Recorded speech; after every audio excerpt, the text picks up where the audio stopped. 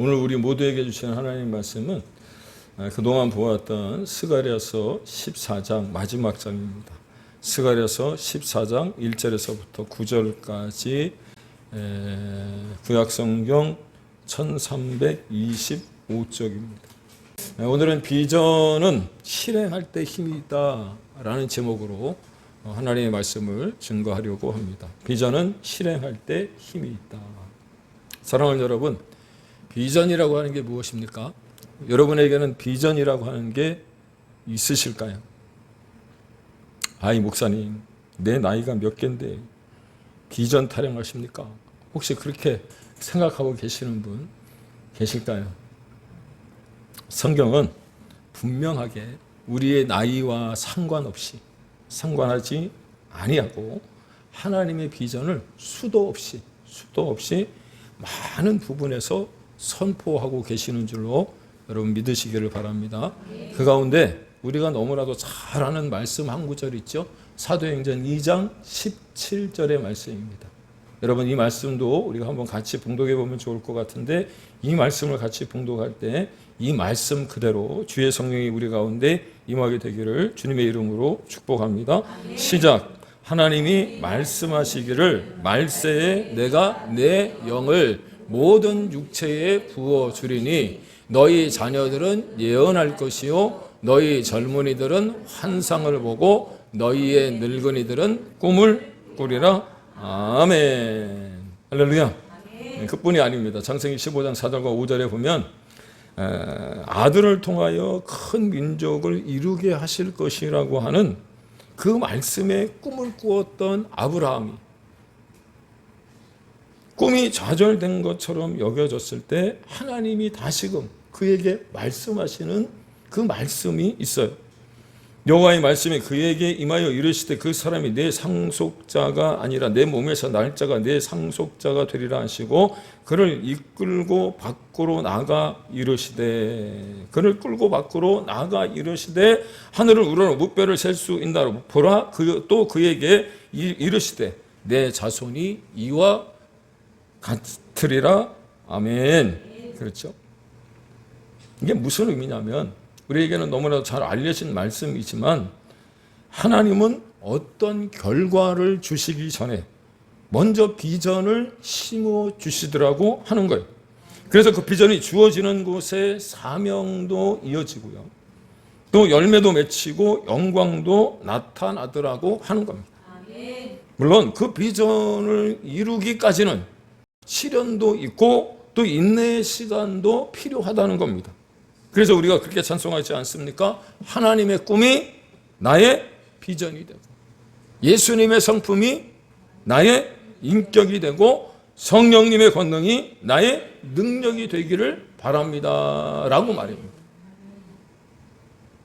이 찬송을 우리 다음 주에 윤 집사님이 신청곡 받을 때 한 번 더 불렀으면 좋겠습니다. 요즘 안 부르시는 것 같아요. 우리가 이렇게 찬송하는 이유가 어디 있죠? 그게 비전을 포기하지 않겠노라 하는 우리의 결단이잖아요. 동의하십니까? 예. 그래서 그 성령님의 권능이 나의 능력이 되기를 원하여 우리는 믿음의 역사와 소망의 인내와 사랑의 수고를 토해 가더라고 하는 거예요. 지금 당장 삶은 팍팍하지만 그 삶 가운데 믿음으로 살아가는 거죠. 또 소망의 인내를 갖는 것이고요. 그 사랑의 수고를 우리의 삶 가운데 심는 거예요. 그랬더니 하나님의 가장 적절한 때에 그 비전을 현실로 나타내 보여주시더라고 하는 거예요. 믿습니까? 그리고 하나님이 주신 비전은 누가 이루십니까? 하나님이 이루십니다. 내가 이루는 것 같이 여겨지지만 시간이 흐르고 또 세월이 지나고 나니까 하나님이 다 하셨구나 라고 하는 것을 알게 되더라고 하는 거예요. 그러므로 비전을 갖는다라고 하는 것, 꿈을 꾼다라고 하는 것만큼 중요한 일이 없다라고 하는 겁니다. 동의하십니까? 네. 그래서 우리 성도님들 가운데 연세가 좀 많으신 분들도 꿈을 꾸고 비전을 가질 수 있기를 예수님의 이름으로 축복합니다. 그런데 요즘 그런 비전을 외치는 교회나 목사님들이 많이 줄어든 것 같아요. 그런 느낌을 받아요. 아니 거의 외치질 않습니다. 교회에서 예전에는 그래서 비전 선포식이라고 하는 것을 했는데 목사님이나 또 교회들이 시쳇말로 하질 않는 거예요. 왜? 할 맛이 나지 않거든. 예전에는 비전을 선포하고 꿈을 꾸라고 이야기를 하면 그래도 실천해 보려고 하는 움직임들이 있었다는 겁니다. 지난주에도 기독교 서점에 갔는데 예전에는 기독교 서점에 가면 매대에 비전에 관련된 책들이 굉장히 많이 놓여 있었어요. 그런데 비전에 관한 책들이 다 사라졌어요. 없어요. 거의 찾아볼 수가 없어요. 왜 그럴까? 비전을 이야기해도 따라오질 않으니까, 실천하지 않으니까. 그래도 예전에는 특세라는 것을 통해서 또 부흥회와 더불어 총동원 전도 주의를 통해서 소위 교회 부흥이라든지 성장을 위한 비전을 선포하면 성도들이 그래도 시도해 보려고 하는 움직임이 있었다는 거예요. 한번 해보자. 한번 해보자라고 하는 어떤 생각들이 있었다는 거예요. 그런데 요즘은 거의 성도님들이 움직이질 않으니까. 비전을 선포하는 것도 쉽지 않고요. 뭔가 꿈을 제시하는 것도 어려운 것 같아요. 사랑하는 여러분, 한번 여쭤보겠습니다. 올해 2025년 1월 달이 됐을 때 우리 교회가 올 한 해 우리 성도님들과 함께 이루어 가야 할 목표를 정했어요. 표를 정했어요. 혹시 기억하고 계십니까? 나의 사랑하는 자야 일어나서 함께 가자. 앞에 거 빠졌죠? 뭐라 그랬어요? 나의 사랑, 나의 어여쁜 자야. 기억을 못 하시는 건 아닌데 잠깐 잊어먹고 그것을 놓고 기도하는 것이 우리 가운데 사라졌어요. 왜 그랬을까?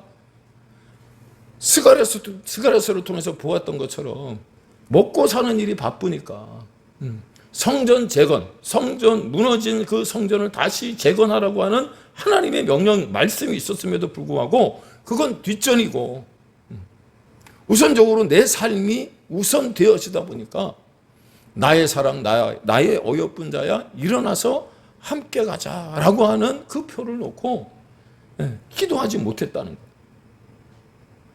그래서 바라기는 혹시 기도를 놓치셨다면 이제라도 남은 2025년 기간여 동안 함께 기도할 수 있기를 소망합니다. 기도해 주시기를 바랍니다. 함께 일어나서 가는 거예요. 함께 일어나서. 그래서 예전에 그런 말이 있었잖아요. 빨리 가려면 혼자 가지만 멀리 가려면 어떻게 하라고요? 함께 가는 거예요. 함께. 같이. 그래서 요즘에는 그 가치의 가치라고 얘기하잖아요. 들어보셨어요? 네. 가치라고 하는 게 얼마나 소중한지를 알고 가치 있게 여기자 이렇게 얘기하지 않습니까? 그런데 왜 꿈을 꾸고 우리는 비전을 제시해야 되느냐면 비전을 발견하면 미래가 열리기 때문에 그렇다. 그렇습니다. 성경을 한번 보시면은요, 하나님이 쓰시는 사람들의 특징 그러면 다 꿈의 사람들이었고요, 또 비전의 사람들이었다라고 하는 겁니다. 왜냐? 믿음이라고 하는 게 곧 꿈이고요, 비전이었기 때문에 그렇다는 거예요. 사랑하는 여러분, 꿈과 비전이라고 하는 게 무슨 말입니까? 미래라는 얘기, 미래. 미래를 소망한다는 얘기잖아요. 미래를 품는다는 것 아니에요. 그래서 어떤 사람이 하는 말을 들어보면 그 사람에게 믿음이 있는지 없는지를 알 수 있잖아요. 내게 능력 주시는 자 안에서 내가 모든 것을 할 수 있느니라. 우리는 그렇게 선포하는 것 아닙니까? 다시 말씀드립니다. 오늘 설교의 제목처럼 비전이라는 것이 힘을 얻으려면 실행에 옮겨져야 되는, 실천이 따르지 않으면 조금 송구스러운 말씀이지만 내가 아무리 좋은 꿈을 꿔도 그 꿈은 헛된 꿈이고요, 개꿈이에요, 개꿈. 예전에 그런 얘기 있었잖아요. 새벽마다 어느 집사님이 와서 계속해서 울더래요. 목사님이 도대체 무슨 일이 있는 거냐고. 그랬더니 하나님 앞에 기도할 때마다 로또 1등이 됐으면 좋겠다고. 그래서 너무 불쌍해갖고 하나님 앞에 목사님이 그 집사님을 대신해서 기도해 줬다고 하지 않습니까? 형편도 어렵고 삶이 좀 팍팍한데 그 집사님 기도대로 나는 괜찮으니 우리 집사님 로또 1등 좀 한번 해주시면 안 되겠냐고. 그때 하나님이 응답해 주셨대. 뭐라고 응답해 주셨어요? 로또를 사야 내가 1등을 해주지. 로또도 안 사고 1등 바라고 기도했다는 거예요. 여러분, 비전이라고 하는 게요, 실행되지 않으면 우리에게 아무런 영향력을 끼치지 못한다는 거예요. 그렇다면 이 스가랴서를 오늘 마무리하면서 왜 꿈과 비전에 대한 이야기를 하느냐, 그것을 알아가기 전에 먼저 제가 여러분들에게 송구하다는 말씀을 드리고 싶은데, 그것은 이 스가랴서가 어렵기 때문에 사실 한 장 한 장, 한 구절 한 구절 여러분들에게 세밀하게 살폈어야 하는데 그러지 못했다는 거예요. 그럼에도 불구하고 나름대로 최선을 다해서 적용에 중점을 두어서 조금은 알아듣기 쉽도록 말씀을 전했기 때문에 아마도 여러분이 충분히 은혜를 받았으리라고 믿습니다. 그런 중에 빠졌던 부분이 있는 것 같아서 오늘 말씀을 드린다면, 바벨론 포로에서 예루살렘으로 돌아와 성전 재건에 힘쓴 스가랴, 그리고 또 어떤 선지자가 있었습니까? 학개. 그 학개 선지자와 더불어 또 한 사람이 있었는데 그 사람이 누구냐면 앞에 화면에 보시는 수룹바벨이라고 하는 사람. 그러면 이 수룹바벨이라고 하는 사람은 누구냐? 스가랴서 4장에 처음으로 등장을 하는데, 오후 성경 공부 시간에 우리가 잠시 배웠던 것처럼 이스라엘에게는 세 개의 아주 중요한 성전이 있었어요. 첫 번째가 솔로몬 성전이고요, 두 번째가 수룹바벨 성전이고요, 세 번째가 신학의 넘어와 헤롯 성전이라고 하는 것. 그런데 이미 우리가 아는 것처럼 이 솔로몬 성전은 정말 화려하고 그 규모가 엄청나며 세계 만방의 모든 사람들이 뿐만 아니라 이스라엘에 있는 사람이라면 마치 서울에 있는 남대문, 광화문을 구경해야 되는 것처럼 와서 구경을 해봐야 되는 것이 바로 솔로몬 성전이었어요. 근데 바벨론으로 포로로 끌려가고 난 후에 예루살렘의 그 성전이 다 무너지고 난 후 바벨론에서 포로로 돌아와 스가랴와 학개의 그 전하는 말씀을 듣고 수룹바벨과 더불어 지은 성전이 바로 수룹바벨 성전이거든요. 그러니 이 수룹바벨이 얼마나 수고하고 애썼을까라는 생각이 들어가는 겁니다. 왜? 아무것도 없는 상황에서 금전적인 여유도 없는 것이고요, 그 바벨론에서 포로로 돌아온 이들이 할 수 있는 일이라고는 그저 뭐 포크레인이 있는 것도 아니고 중장비가 있는 것도 아니고 곡괭이나 호미로 그 성을 지어야 되는데 얼마나 힘이 들었을까. 하지만 그들에게 있었던 게 무엇입니까? 하나님이 주신 꿈과 비전이 있었는 줄로 여러분 믿으시기를 바랍니다.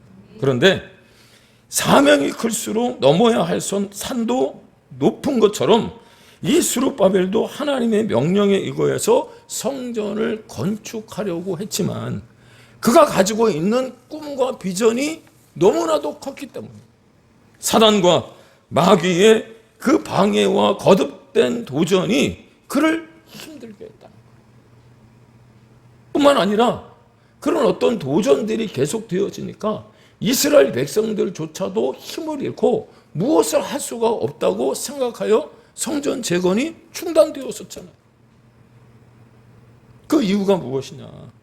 솔로몬 성전을 보았던 사람들이 수룹바벨 성전이 지어져 가는 것을 보니까 너무나도 초라하기 그지없는 거예요.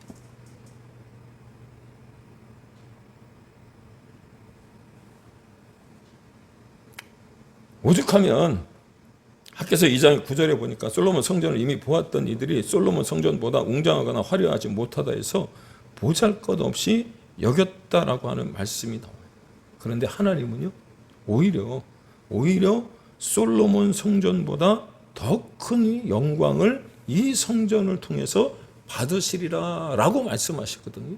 그 이유가 무엇입니까? 하나님이 그들에게 꿈과 비전을 허락해 주시고 그 꿈과 비전을 실천에 옮겼기 때문인 줄로 여러분 믿으시기를 바랍니다. 따라서 스가랴와 더불어 스룹바벨이 그리고 이스라엘 백성들에게 비전이 없었다면 결코 이룰 수 없었던 일이라고. 아이들의 그림을 그릴 때 우리 그런 말 하잖아요. 그 호랑이를 그리려고 그림을 그리기 시작을 하면 나중에 호랑이는 그리지 못하더라도 무엇을 그린다고요? 고양이라도 그린다 그러잖아요. 그리지 않으면, 그리기 시작하지 않으면 고양이도 그릴 수가 없는 거예요. 그런 의미에서 오늘 본문은 하나님께서 이루신 마지막 비전이 무엇인가를 소개하고 있는 거죠. 특별히 이 스가랴서를 시작하면서 여러분들에게 말씀을 드렸던 것 중에 하나가 무엇이냐? 이 스가랴가 꾸었던 환상들이, 보았던 환상들이 있었다 그랬어요. 몇 가지입니까? 8가지. 이 환상 또한 여러분들에게 세세하게 말씀을 살펴 전해야 돼야 했음에도 불구하고 그렇게 하지 못했던 것을 또 한편으로 미안하게 생각을 하는데, 이미 저는 이 8개의 환상을 함축된 의미로 전달하였기 때문에 여러분들이 충분히 알고 계시리라고 믿습니다. 사랑하는 여러분, 이 환상이 가지고 있는 의미가 무엇이었습니까? 회복이었잖아요.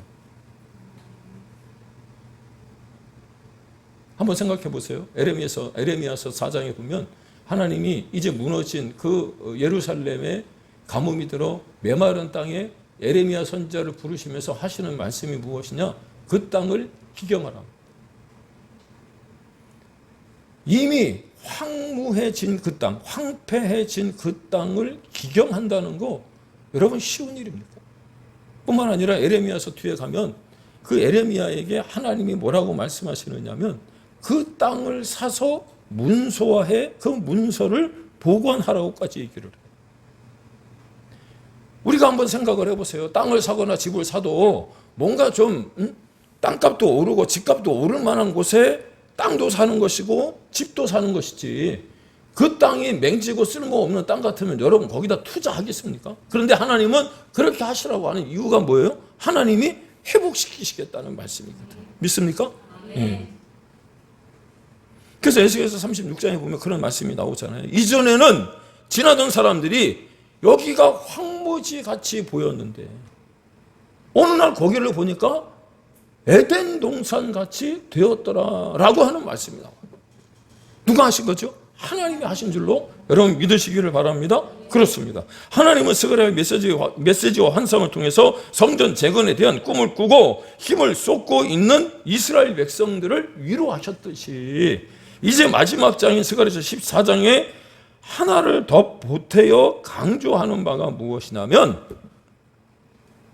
제가 가지고 있는 성경에 제가 설교에 그대로 적용을 했어요. 여기 이렇게 써 있더라고요. 뭐라고 되어 있냐면 메시아가 와서 다스릴 것이다. 메시아는 사람들을 죄와 죽음에서 구원하시기 위해 이 땅에 오시어 하나님의 왕국을 건설하실 것이다. 아멘? 네.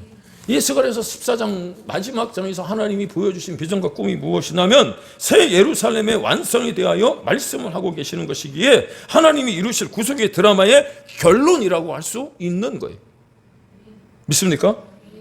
이 말이 조금 어렵게 들려질 수 있는데 1절에 보면 지난주에도 그런 말씀을 드렸잖아요. 그날 전에는 이날 전에는 이라고 하는 말이 나오는 것처럼 여호와의 날이 이르리라 라고 하는 말씀이 등장을 하면서 그 다음에 우리가 잘 알 수 없는 좀 애매한 말씀이 하나 나와요. 그날에 내 재물이 약탈되어 내 가운데 나누이리라. 아니 하나님을 섬기는 백성들인데 왜 이런 일이 벌어져야 되느냐? 그런데 본문에 기록된 여호와의 날은 어떤 날이냐면 다른 성경에서는 주의 날이라고도 표현을 합니다. 같은 내용입니다. 그런데 주의 날, 여호와의 날은 어떤 날이냐면 두 가지 의미가 있어요. 첫 번째, 하나는 심판의 의미가 담겨 있는 거예요.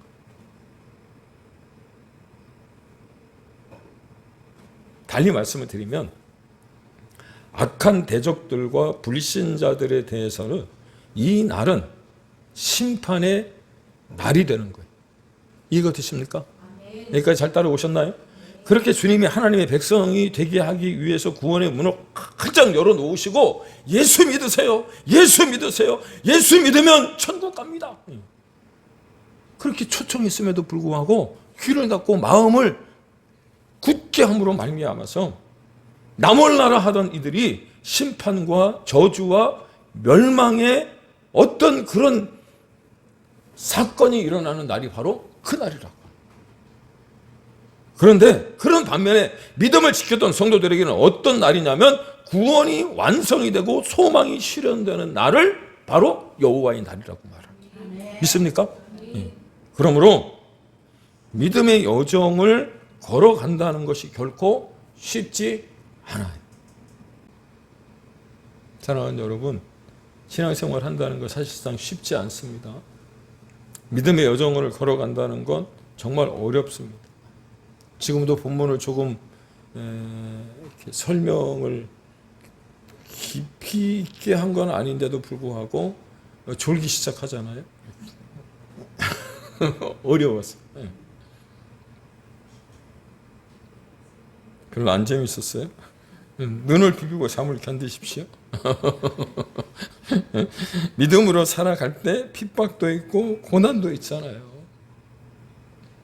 근데 하나님은 마지막에 가서 가장 복된 아름다운 축복을 우리에게 안겨주실 것이라고 하는 약속을 하고 계신다라고 하는 사실을 여러분 이 말씀을 통해서 깨달아 알을 수 있기를, 깨닫게 되시기를 주님의 이름으로 축복합니다. 하나님께서 가만히 계신 것처럼 보이지만 악한 자들은 언젠가 때가 되면 심판을 받게 될 것이지만 여러분 우리에게는 하나님의 놀라운 구원의 역사가 나타날 것을 기대할 수 있기를 주님의 이름으로 축원을 드립니다. 그러니 악한 자들의 형통을 부러워할 이유가 있을까요? 없을까요? 없어요. 믿습니까? 네. 그래서 4절과 5절에 보시면 예수님의 재림에 대한 장면이 본문에 기록이 되어 있지요. 그날에 그 발이 예루살렘 앞 곧 동쪽 감람산에 서실 것이요. 감람산은 그 한가운데가 동서로 갈라져 매우 큰 골짜기가 되어서 산 절반은 북으로 절반은 남으로 옮기고 그 산 골짜기는 아셀까지 이를지라.